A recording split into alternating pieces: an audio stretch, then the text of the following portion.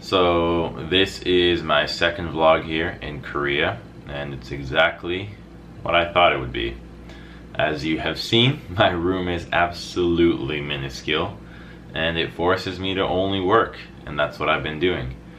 And well, it's work and going to the gym. So since I only have to cast 2 days a week, which is Sundays and Tuesdays, I go to the gym the other 5 days a week, and then I eat really well, because Korean food is really good for you if you find the good food, you know, not street food. So I just post healthy shit on Instagram. I don't really have any, what else am I gonna do? And then, you know, as a result, you're getting strong. Initially in the States, I was like, oh, I want to bulk up, I want to get big. But then here in Korea, changed my mind. Rather just spend more time doing things that I actually want to do, as opposed to spending all my time eating, which just, unless your life revolves around eating, I don't want to do that. So that's not what we're doing. As for casting, well, it's been mixed results. You know, things started out, and obviously I was nervous with the first cast. I actually would have been really worried if I wasn't nervous. Like, opening the entire summer split with the strongest region on a new cast with literally no prior professional casting experience, save for some collegiate matches, which don't really count.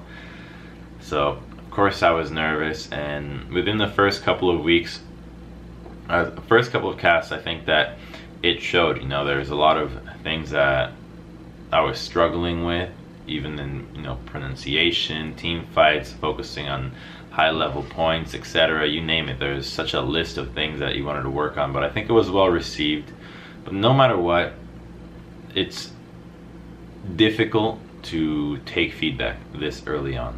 I know that a lot of my peers and even fans and whoever are perfectly fine with offering feedback right now. The issue is that even I don't have enough experience myself to say, okay, I've showcased the style that I want to do, the personality, the casting way that I'd like to do so. And so if I receive feedback and take it to heart right now, it would just result in me applying what somebody else thinks I should be casting, or what they think is the right way to do it, into myself. And I think that would just do a disservice to the honesty that I would want to bring to the cast, the honesty to myself for doing so. So it'll be a while for me to be able to receive very specific feedback on certain things. I mean, there have been obviously some minor things that are super helpful. So I know even my dad has helped at pointing out things like, oh, ways of speaking better,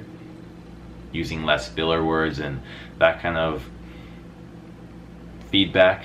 And then Papa was kind enough, Dad and Papa Smithy was kind enough to point out that in the beginning a lot of the humor was too sexual, and I completely agree. I look back on it and it definitely was over the top. And so looking back on it, okay, let's think about it. How can we change the direction of this, make sure that it's not an NC-17 cast, and dial it back to PG-13. And I think over time it has reached that point.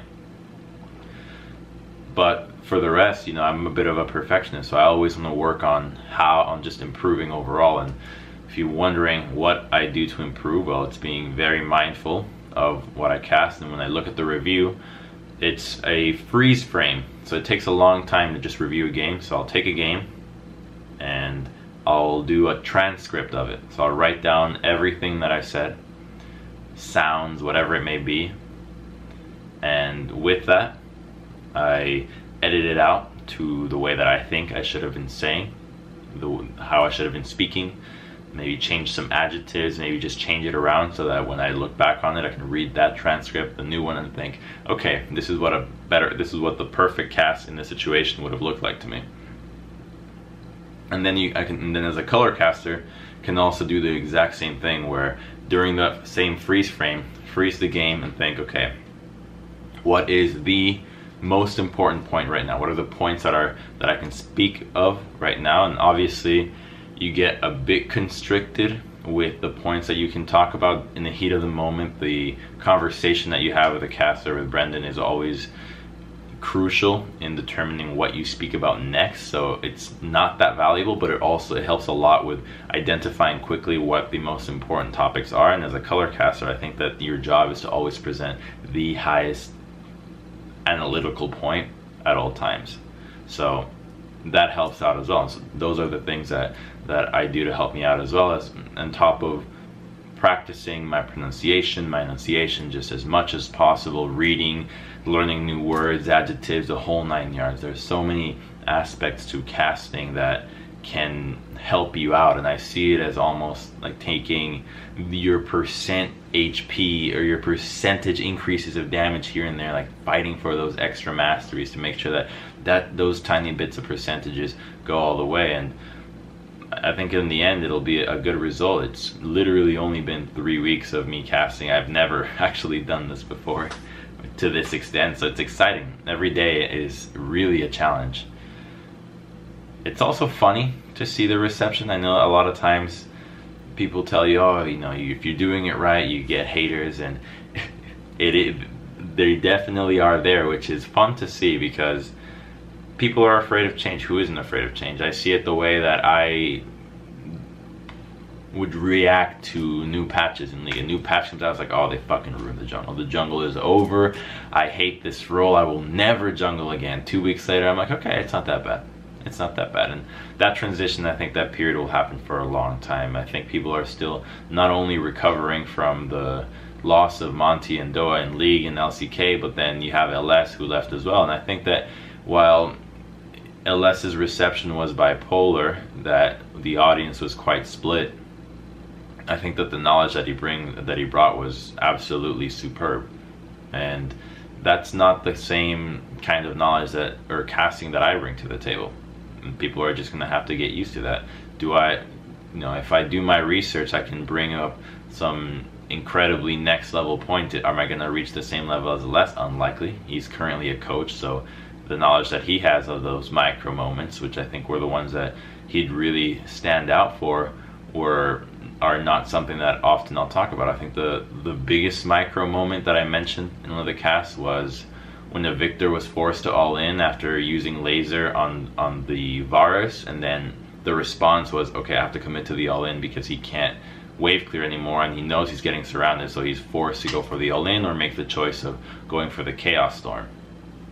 But those minor things are it's to each their own, and I think it'll take time for people to get adjusted. I know there's a couple of guys that go to a bunch of the VODs that I watch after, and then they make the due diligence of typing out how much I'm ruining their LCK cast, which is entertaining to see because, if you ever want to have a productive conversation on the internet, you never start with solid arguments. You always go with one end of the spectrum, and then somebody has to come out, answers that one, and then the fight begins. And when the fight begins, when that conflict happens, that's when you get a productive discussion going on.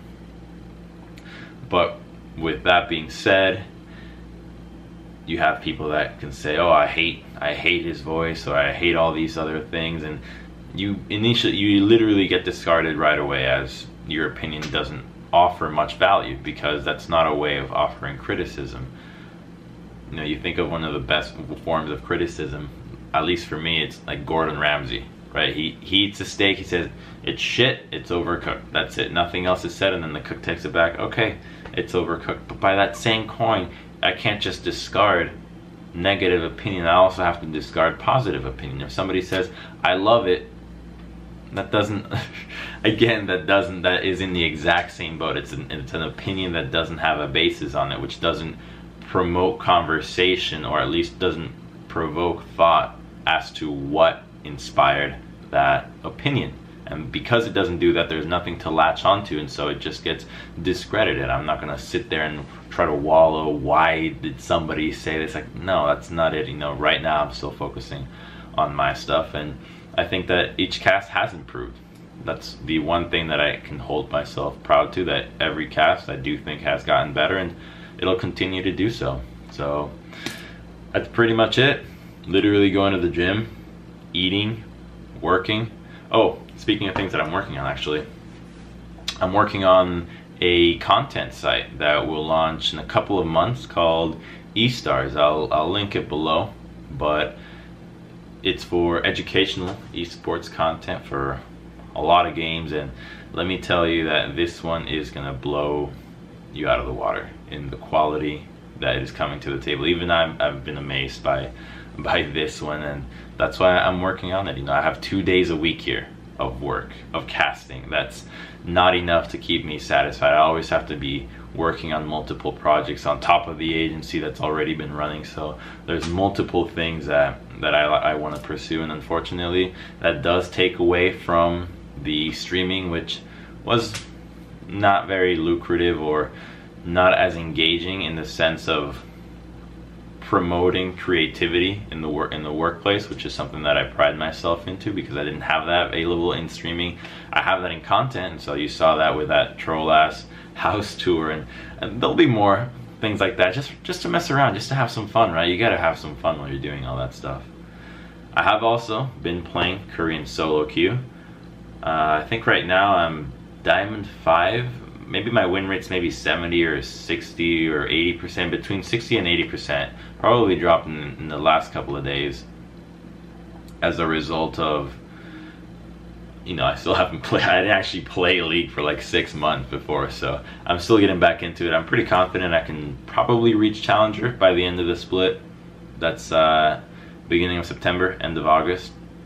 If I just play enough.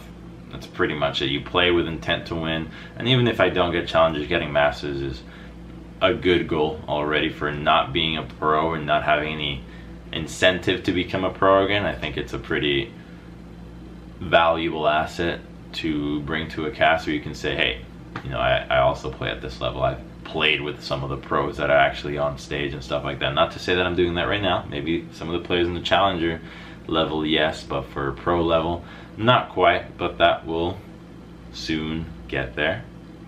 Also, I've been eating a lot of weird stuff. I really like eating weird things. I ate live shrimp. Next up is live octopus, and I heard somebody's gonna take me out to eat dogs, so all you dog lovers, eat your heart out.